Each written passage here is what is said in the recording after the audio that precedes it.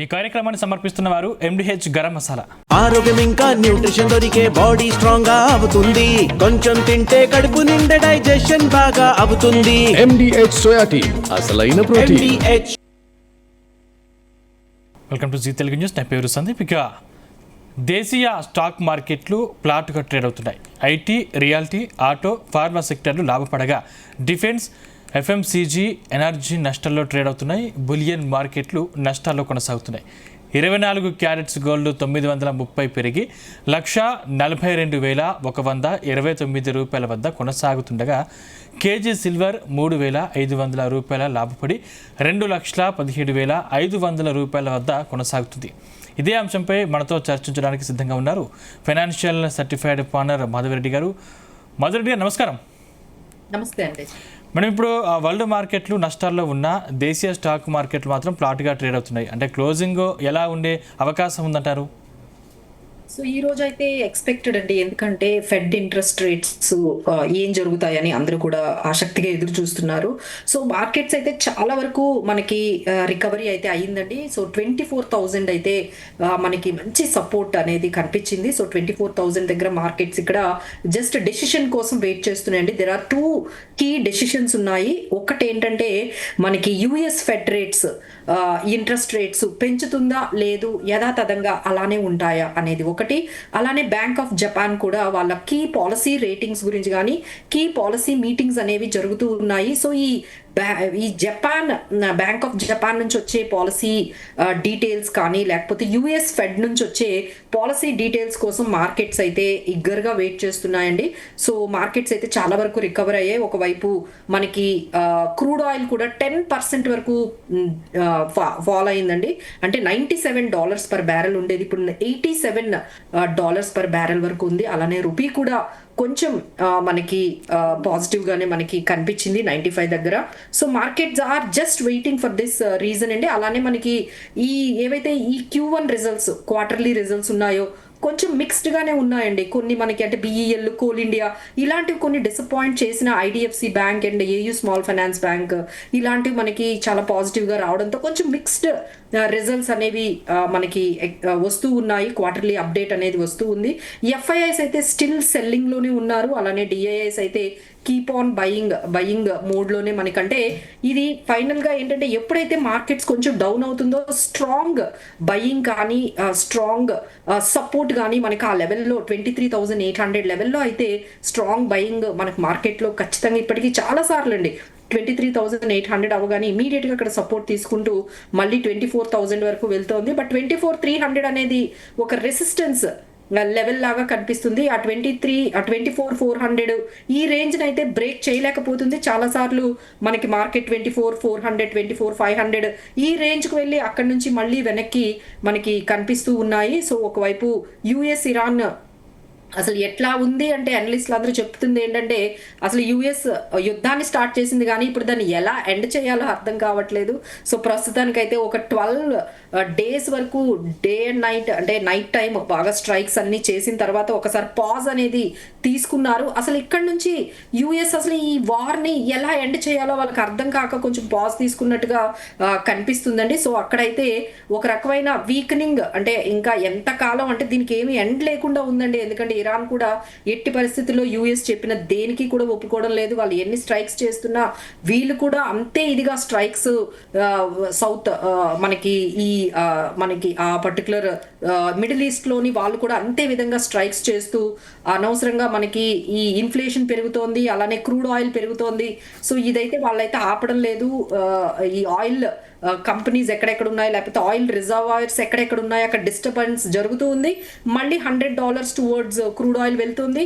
So inflation పెరుగుతుంది. అదంతా మళ్ళీ యుఎస్కే చాలా వరకు అది ఇబ్బందిగా తయారైందండి. సో ఈ విధంగా ఇన్ఫ్లేషన్ గాని ఉన్నట్లయితే వాళ్ళు ఇంట్రెస్ట్ రేట్స్ పెంచితే అది యుఎస్ ఎకానమీకి, యుఎస్ స్టాక్ మార్కెట్స్ కూడా చాలా నెగిటివ్గా ఉంటుంది. సో వాళ్ళకైతే ఇంకో ఆప్షన్ లేదండి. They have to stop the war. ఇంతకు మించి వాళ్ళు వార్ చేస్తే ఇక ఇన్ఫ్లేషన్ పెరగడము, యూఎస్ ఫెడ్ రేట్స్ అనేవి పెరగడం అనేది జరుగుతూ ఉంటుంది. బట్ మా ఎక్స్పెక్టేషన్ ఈ టైం వరకు యూఎస్ ఈ టైంలో నెక్స్ట్ మనకి ఏదైతే ఉందో పాలసీ మేకింగ్లో యథావిధిగా ఉండొచ్చు. ఇంట్రెస్ట్ రేట్స్ ఇప్పుడే పెంచరు, ఒక్కసారి హోల్డ్ చేసే మోడ్లోనే ఉన్నారు. ఇంక ఇదే విధంగా వార్ జరిగి ఇన్ఫ్లేషన్ జరిగింది అంటే నెక్స్ట్ టర్మ్లో మాత్రం ఖచ్చితంగా యూఎస్ ఫెడ్ అయితే ఇంట్రెస్ట్ రేట్స్ పెంచుతుందండి. So this is what the update. Madam మనకు ఒక కాలర్ సిద్ధంగా ఉన్నారు కాకినాడ నుంచి వెంకటేశ్వర్ గారు. వెంకటేశ్వర్ గారు ఉన్నారా? వెంకటేశ్వర్ గారు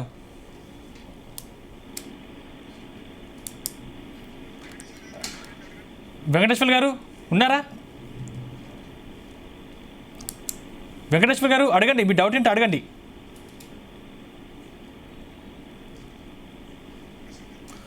రైట్ మేడం, ఇప్పుడు ప్రధానంగా ఐటీ సెక్టర్ చూస్తున్నాం, ఇవాళ 4% పెరగడం చూస్తున్నాం. అంటే దీనికి ముఖ్యంగా ప్రధాన కారణాలు ఏంటంటారు?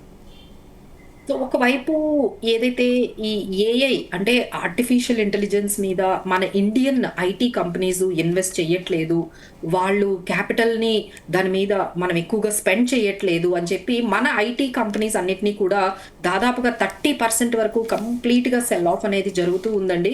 కానీ ఏవైతే ఈ ఏఐ బేస్డ్ కంపెనీస్ ఉన్నాయో అక్కడి నుంచి పెద్దగా రిటర్న్స్ రాకపోవడంతో అరే దీనికన్నా ఇట్లా మన ఇండియన్ కంపెనీస్ వైపు మళ్ళీ ఈ వైపు చూస్తున్నట్టుగా. సో అలానే మనకి ఏఏ ఆల్మోస్ట్ అంటే ఇక్కడ కూడా అంటే కొంచెం హెచ్సిఎల్ టెక్ కానీ ఇలా మన ఇండియన్ కంపెనీస్ కూడా ఏఐ మీద చాలా ఆచితూచి కొన్ని డీల్స్ అనేవి, కొలాబరేషన్స్ అనేవి ఏఏ లెడ్ బిజినెస్ అనేది స్టార్ట్ చేసాయండి. సో దాంతో మళ్ళీ ఐటీలో కూడా నెమ్మదిగా బయింగ్ అనేది స్టార్ట్ అయింది. సో దాదాపుగా 2 to 4% వరకు మీరు ఇన్ఫోసిస్ కానీ, హెచ్సిఎల్ టెక్ కానీ, టీసీఎస్ కానీ, మహేంద్ర అండ్ మహేంద్ర, సో ఇట్లా మనకి టెక్ మహేంద్ర కానీ ఇలాంటి కంపెనీస్ అన్నీ కూడా 2 to 4% వరకు పెరిగాయండి. దానికి కారణం ఏంటంటే ఇండియన్ కంపెనీస్ ఆచితూచి ఏఏ మీద కొంచెం ఏఏ లెడ్ బిజినెస్ మీద ఫోకస్ చేస్తూ ఉన్నాయి. So these are all strong అని చెప్పి నెమ్మదిగా బయింగ్ అనేది ఐటీ సెక్టార్ కూడా మనకి స్ట్రాంగ్ గా కనిపిస్తుందండి ఇప్పుడు.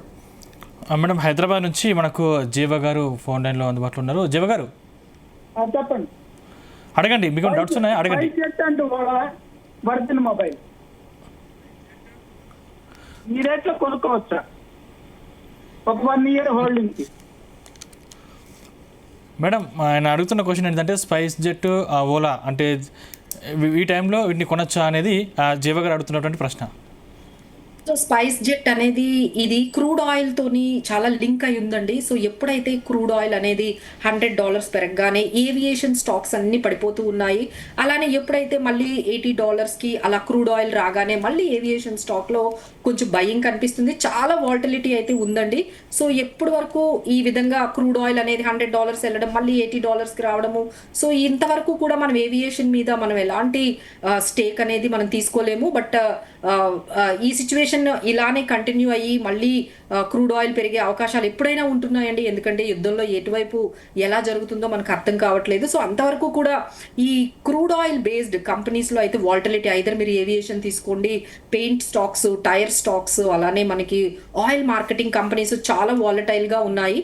సో ఈ వాల్టిలిటీ లేకుండా ఇంకా బెటర్ మీరు కొన్ని బెటర్ స్టాక్స్ని మీరు తీసుకుంటే బెస్ట్ అండి. సో ఎందుకంటే too much of volatility and link to crude oil ఉంది కాబట్టి దీన్ని మనం కొంచెం అవాయిడ్ చేయడమే బెటర్. వెంకటేశ్వర గారు ఉన్నారా? వెంకటేశ్వర గారు సార్ చెప్పండి సార్. అడగండి, మీ డౌట్ అడగండి. మేడం నా దగ్గర హెచ్డిఎఫ్సి $807 మీద ఎగ్జిస్టింగ్ షేర్లు ఉన్నాయి.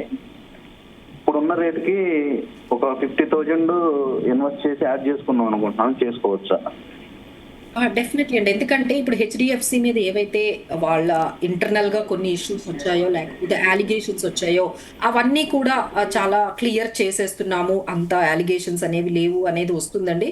సో మళ్ళీ కూడా హెచ్డిఎఫ్సిలో నెమ్మదిగా బయింగ్ అనేది స్టార్ట్ అవుతుంది. సో వాళ్ళ మీద వచ్చిన ఏవైతే కౌంటర్ లైక్ సిచ్యువేషన్స్ ఏవైతే అరైజ్ అయ్యాయో, రెగ్యులారిటీస్ ఏవైతే బయటపడ్డాయో అవన్నీ కూడా హెచ్డిఎఫ్సి క్లియర్ చేస్తున్నట్టుగా మనకు కనిపిస్తుంది. So you can start entering in to this HDFC. Madam ఇప్పుడు ఐటీ స్టాక్స్లో ఇన్వెస్ట్ చేయాలనుకునే వారు ఇప్పుడు ఇన్వెస్ట్ చేయొచ్చా? ఎందుకంటే మనం చూస్తున్నాం కదా, గత లాస్ట్ 1 year నుంచి 60% వరకు పతనమై ఉన్న సెక్టర్ ఐటీ. ఈ ఇన్వెస్ట్ చేయాలనుకునే వారు ఏం చేయాలంటారు? అంత సెలెక్టివ్గా ఉండాలండి. ఎందుకంటే ఐటీ సెక్టార్ మొత్తం కూడా అన్ని స్టాక్స్ కూడా రికవర్ అయిపోతాయి. ఎందుకంటే మీరు చెప్పినట్టుగా 30-40% ఆల్ టైమ్ హై నుంచి మనకి కరెక్షన్ అనేది ఐటీ స్టాక్స్లో మనకు కనిపించింది. సో ఈ టైంలో అన్ని ఐటీ స్టాక్స్లోకి వెళ్లకుండా హెచ్సిఎల్ టెక్ అంటే ఏవైతే ఈ ఆర్టిఫిషియల్ ఇంటెలిజెన్స్ మీద కొంచెం ఆ బిజినెసెస్ మీద ఫోకస్ చేసి ఆ ప్రాజెక్ట్స్లోకి ఎంటర్ అయ్యి ఏఏ లెడ్ బిజినెసెస్లోకి ఎవరైతే కొంచెం పాజిటివ్గా ఎంటర్ అవుతున్నాయో ఆ స్టాక్స్ని అయితే కొంచెం గమనించి ఎగ్జాంపుల్ హెచ్సిఎల్ టెక్ కానీ ఇలాంటి కొన్ని స్టాక్స్లో సెలెక్టివ్గా మాత్రమే వెళ్ళాలండి. Not all IT stocks are better in this అంటే రికవరీ అవుతోంది, బట్ అన్ని స్టాక్స్లోకి వెళ్ళకండి. ఏ బిజినెసెస్ మీద బాగా ఫోకస్ చేసిన ఎగ్జాంపుల్ హెచ్సిఎల్ టెక్ మీద మనము ముందుకు వెళ్ళొచ్చు. అంటే ఇప్పుడు అమెరికా, ఇరాన్ ఈ రెండు దేశాల మధ్య యుద్ధ వాతావరణం సడలంతో అంతర్జాతీయ మార్కెట్లో కూడా మేడం చమురు ధరలు భారీగా పతనే పరిస్థితి మనం చూస్తూ ఉన్నాం. అంటే global benchmark brent crude oil ధర ఏకంగా 11% పైగా తగ్గి బ్యారెల్కు దాదాపు $85 చేరుకుంది. అంటే క్రూడ్ ఆయిల్ ఇంకా దిగి వస్తుంది అనుకోవచ్చా? సో లాస్ట్ టైం మనం చూసామండి, జస్ట్ మీరు కొన్ని వీక్స్ బ్యాక్ చూసుకున్నట్లయితే $75 చూసాం మనము. So that is not like మనం పూర్తిగా కొట్టి పాడేయలేమండి. సో $75 మనం రీసెంట్ ఫ్యూ వీక్స్ బ్యాకే మనకి $75 దగ్గరకు వచ్చింది. సో ఎనీహౌ ఈ యుద్ధం కానీ పక్కకు వెళ్ళిపోతే క్రూడ్ ఆయిల్ అయితే $70 నుంచి $75 ఈ మధ్యలోనే ఉండే అవకాశాలు ఎక్కువగా కనిపిస్తున్నాయి. ఓన్లీ బికాస్ ఆఫ్ ఈ crude oil disruptions, supply disruptions, హార్మోస్ disruptions, దీనివల్ల అంటే మళ్ళీ ఇరాన్ ఎక్కడైతే సౌదీలో ఆయిల్ మనకి సప్లై చేసే వాటి మీద వాళ్ళు అటాక్ చేయడము, దీనివల్ల కొంచెం క్రూడ్ ఆయిల్ పెరుగుతుంది. కానీ ఒక్కసారి యుద్ధం కానీ మనకి వెళ్ళిపోతే $70-75 దగ్గర అయితే మనకి క్లోజ్ అయ్యే ఛాన్సెస్ అయితే మనకి క్రూడ్ ఆయిల్ ఉందండి. So can come back. ఒక్కసారి ఈ యుద్ధం అనేది ఆగితే మాత్రం మనకి అదే ప్రైస్కి $70-75 దగ్గరకు అయితే క్రూడ్ ఆయిల్ కనిపిస్తుంది. అయితే మరి ఇప్పుడు బులియన్ మార్కెట్లు నష్టాలు కొనసాగుతున్నాయి. ఇవాళ బంగారం ధర కూడా ఏకంగా $1000 పడిపోవడం చూస్తున్నాం.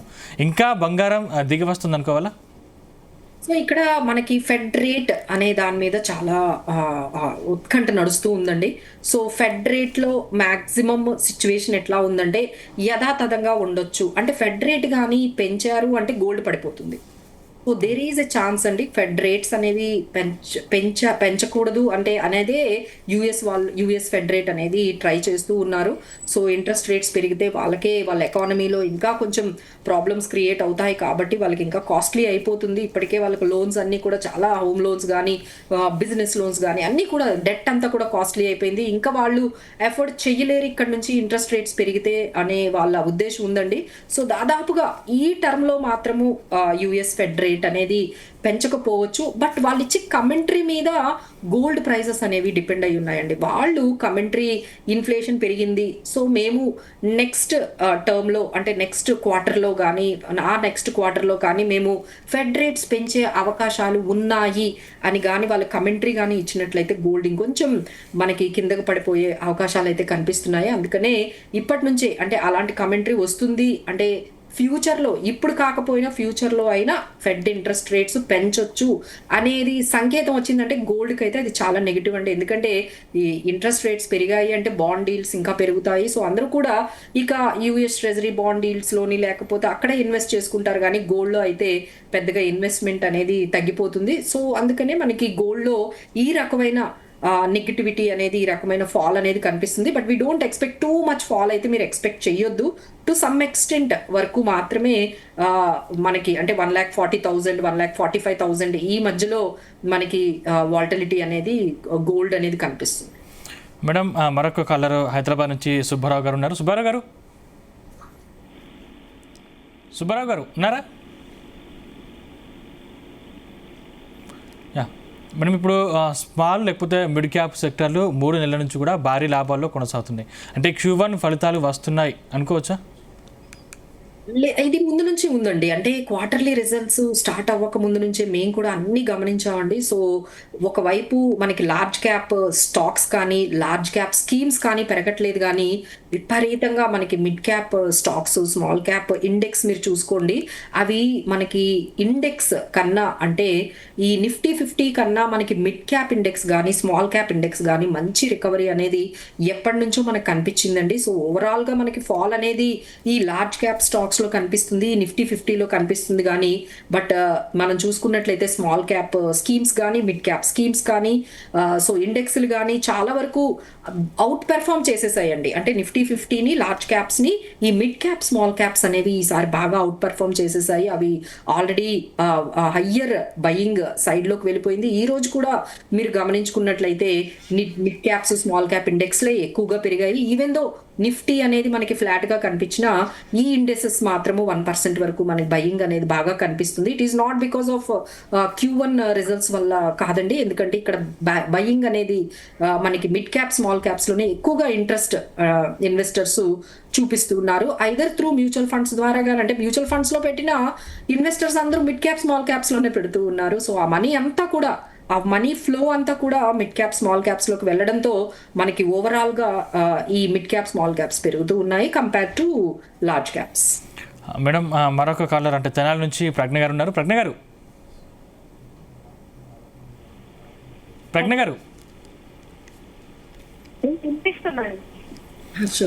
మాట్లాడండి.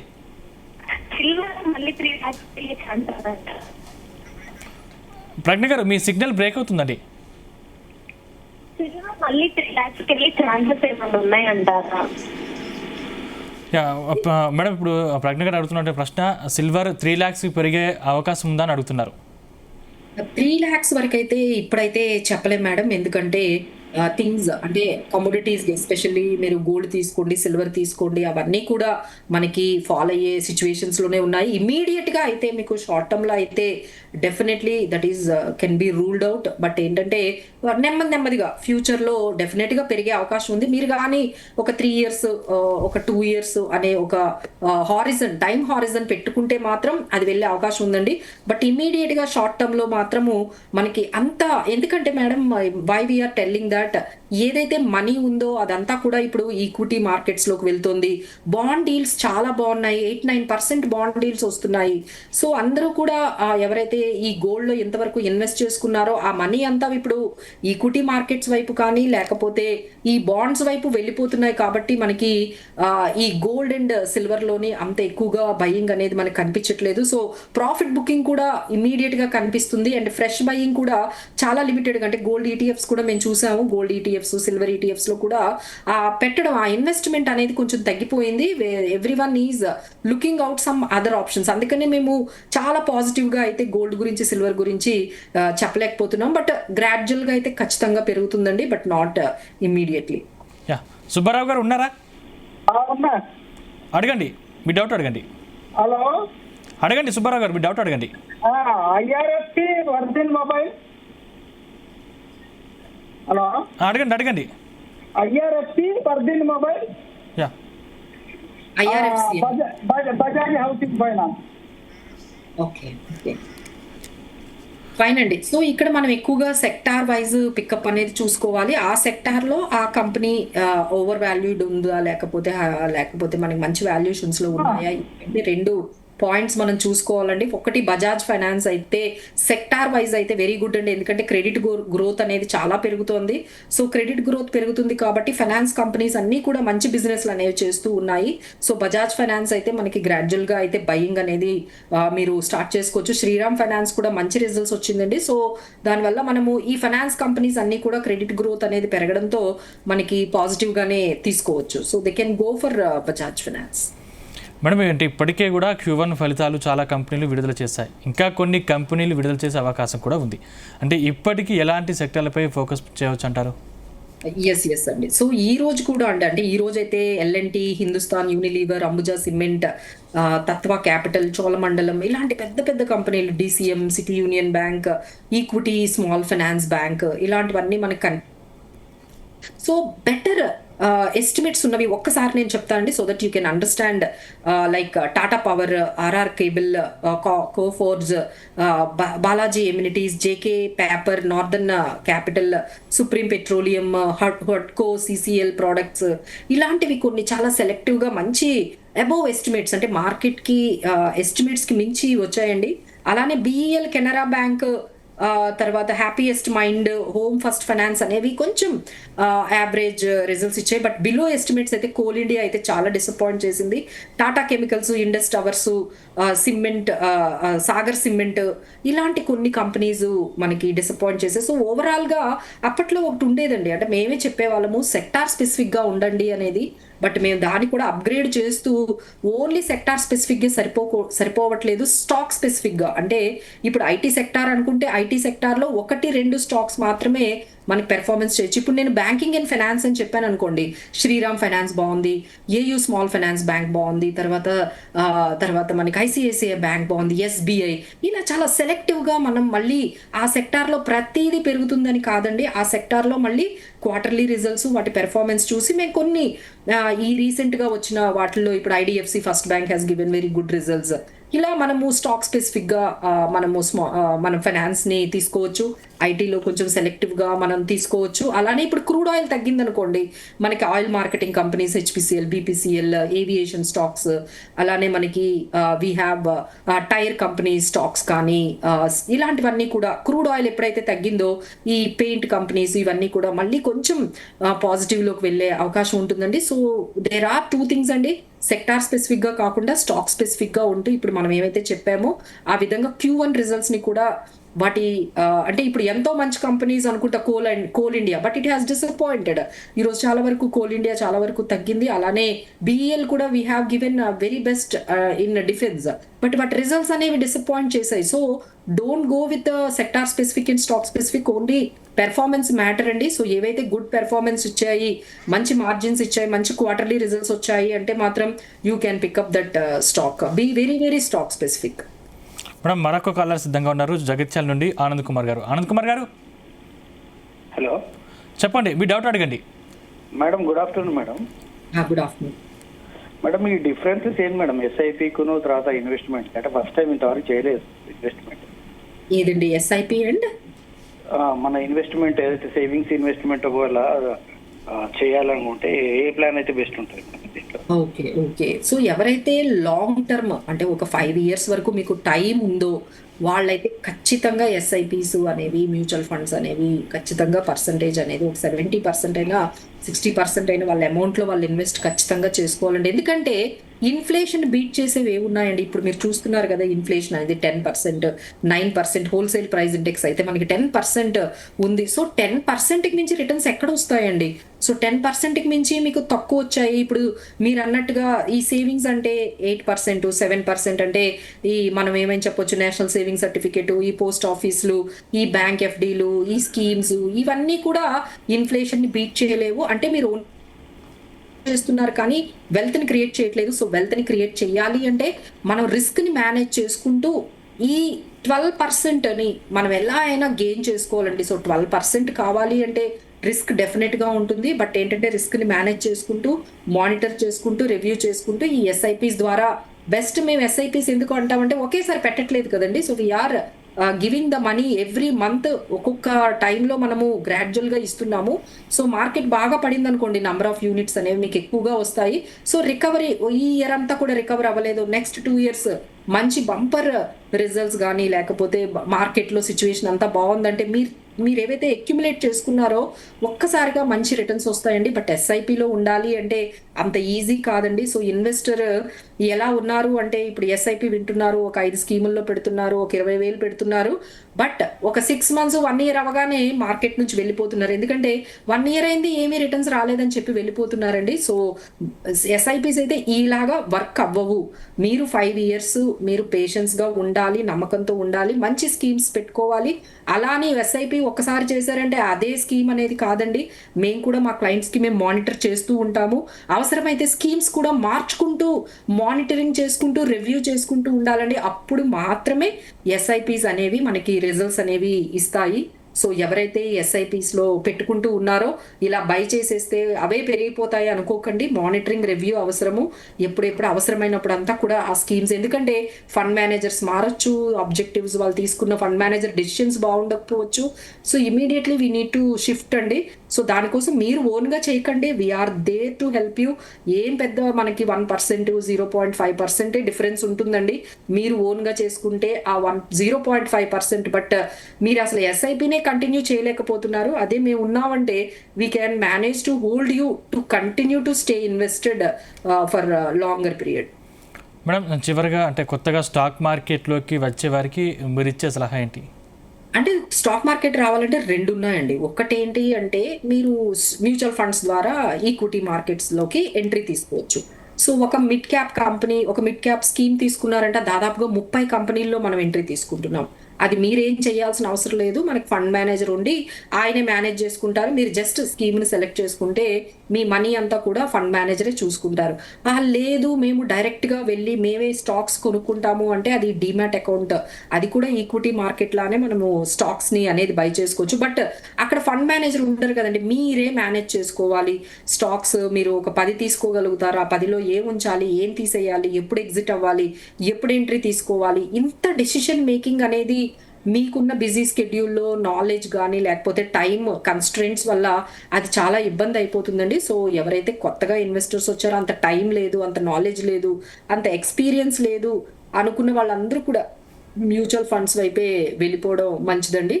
లేదు ఎక్స్పీరియన్స్ ఉంది, మాకు టైం ఉంది, మేము మెయింటైన్ చేసుకోగలము అన్న వాళ్ళకు మాత్రమే డైరెక్ట్గా స్టాక్స్ని కొనుక్కోవాలండి. బట్ దానికి హ్యూజ్ క్యాపిటల్ కావాలండి. ఎవరైతే డైరెక్ట్ స్టాక్స్కి వెళ్ళిపోతున్నారో వాళ్ళు కనీసం ఒక 5 లక్షలు లేకపోతే 4 లక్షలు ఉంటే మనకి నంబర్ ఆఫ్ స్టాక్స్ కానీ సెక్టార్స్ కానీ మనం డైవర్సిఫికేషన్ జరుగుతుంది.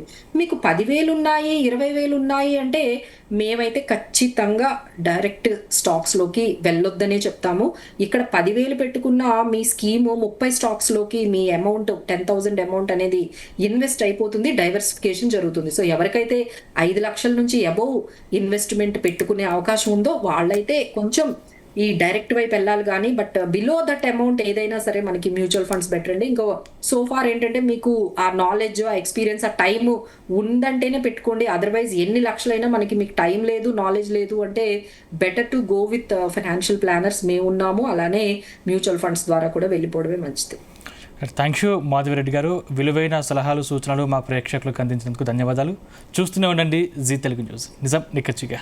ఈ కార్యక్రమాన్ని సమర్పించిన వారు MDH గరం మసాలా, MDH దమాలు, దాల్ తడకా మరియు మష్రూమ్ మసాలా.